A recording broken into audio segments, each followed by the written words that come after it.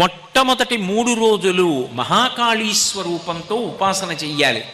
తర్వాత 4, 5, 6 ఆ 3 రోజులు మహాలక్ష్మీ స్వరూపంగా ఉపాసన చెయ్యాలి.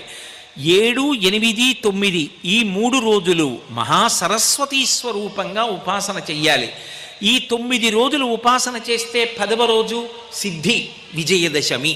ఇందులో మీరు ఒక చిత్రమైనటువంటి విషయాన్ని గమనించాలి. నవరాత్రులు అంటారు. 9 పగళ్ళు ఉపాసన చెయ్యండి అనరు. నిజానికి 9 రాత్రుల ఉపాసన మనం ఏం చేస్తాం? శారదా నవరాత్రుల్లో కూడా మహా అయితే పునఃపూజ కొంచెం ఆలస్యమైనా 10 గంటలకో 11 గంటలకో నిద్రపోతాం. రాత్రి తెలివిగా ఉండంగా మరి రాత్రి అన్న మాట ఎందుకు వచ్చింది అంటే, చీకటి అన్న మాటకు అర్థం ఏమిటంటే భయమునకు పర్యాయ పదము. చీకటిగా ఉందండి, వెళ్ళడానికి భయం వేస్తోందంటాడు.